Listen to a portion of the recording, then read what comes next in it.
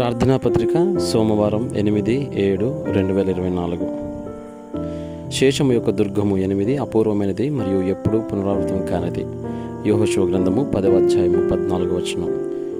యెహోవా ఒక నరుని మనవి వినిన ఆ దినము వంటి దినము దానికి ముందే గాని దానికి తరువాతనే గాని ఉండలేదు. నాడు యెహోవా ఇశ్రాయేలుల పక్షముగా యుద్ధము చేసెను. శేషము తమ సంవత్సరాలలో ప్రార్థన వ్యవస్థను సృష్టించినట్లయితే ప్రపంచ సువార్త ప్రకటించే శక్తి ఉద్భవిస్తుంది. శేషము వారి సంవత్సరాలలో ప్రార్థన జరగకపోవడం సాధారణం అయినప్పటికీ శేషము దీర్ఘ మరియు రిలాక్స్డ్ శ్వాసతో కొంచెం ప్రార్థిస్తే ఒక వ్యవస్థ సృష్టించడం ప్రారంభమవుతుంది. ఈ సమయంలో అపూర్వమైన మరియు ఎప్పుడూ పునరావృతం కాని ప్రార్థనలకు సమాధానాలు, ప్రమాణాన్ని, అవశేషాలు చూడగలుగుతారు. అప్పుడు బైబిల్లోని శేషము చూసిన అపూర్వమైన మరియు ఎప్పుడూ పునరావృతం కాని సమాధానం ఏమిటి? 1. నిర్గమకాండము 5వ అధ్యాయం 1-12 మరియు 14వ అధ్యాయం 1-13. మోషే కోసం ప్రపంచాన్ని మార్చే 10 అద్భుతాలు తలెత్తాయి. అదనంగా నిర్గమము మరియు ఎర్ర సముద్రం యొక్క విభజన సంభవించింది. ఆ సంఘటనల వల్ల ఇశ్రాయేలీయులు దేవుని నమ్మారు. 2. యెహోషువ గ్రంథము 3వ అధ్యాయము 1-13, 6వ అధ్యాయం 1-20 మరియు 10వ అధ్యాయం 10-14. ఒడంబడికను కొనసాగించిన యెహోషువ అతను యోర్దాను దాటి యెరికోను నాశనం చేశాడు. అదనంగా అమోరీయులతో యుద్ధంలో సూర్యచంద్రులు ఆగిపోయిన అపూర్వమైన మరియు ఎప్పుడూ పునరావృతం కాని సంఘటన జరిగింది. 3.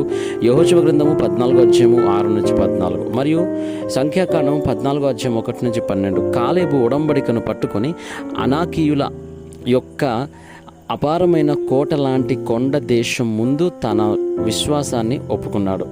ఇప్పుడు నాకు ఈ కొండ ప్రాంతాన్ని ఇవ్వండి. ఆ తర్వాత కాలేబు అనాకీయుల కొండ ప్రాంతాన్ని జయించాడు. కనాను దేశంలోకి ప్రవేశించే ముందు కాదేషు బర్నేయలో దేవుని ఒడంబడికను పూర్తిగా విశ్వసించని వారు మరియు నిజంగా విశ్వసించిన వారు బయలుపరచబడ్డారు. ఒడంబడికను విశ్వసించి అనుసరించిన వారు కనాను దేశంలోకి ప్రవేశించి దేవుని వాక్యం నెరవేరడాన్ని చూశారు. దేవుడు శేషమును తన కాపలాదారుడుగా ఏర్పాటు చేశాడు. కాపలాదారుడు అంటే రాత్రి పగలు 24 దేవుని సమయ షెడ్యూల్ 25 కోసం వేచి ఉండి ప్రపంచ కళాఖండాలను సృష్టించే వ్యక్తి. ఎటర్నిటీ వాచ్మెన్కి బాప్టిజం అవసరం.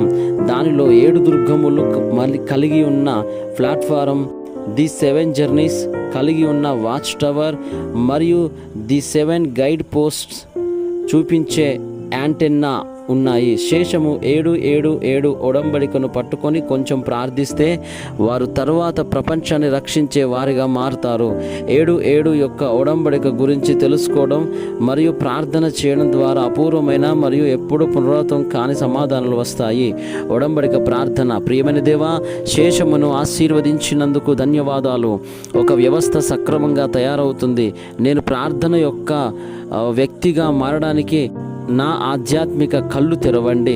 ప్రపంచ సువార్తన ప్రకటన చేసే దుర్గమును పెంచడంలో నాకు సహాయం చేయండి మరియు వాచ్మెన్ మిషన్ను చేపట్టండి. యేసుక్రీస్తు నామంలో నేను ప్రార్థిస్తున్నాను. ఆమేన్.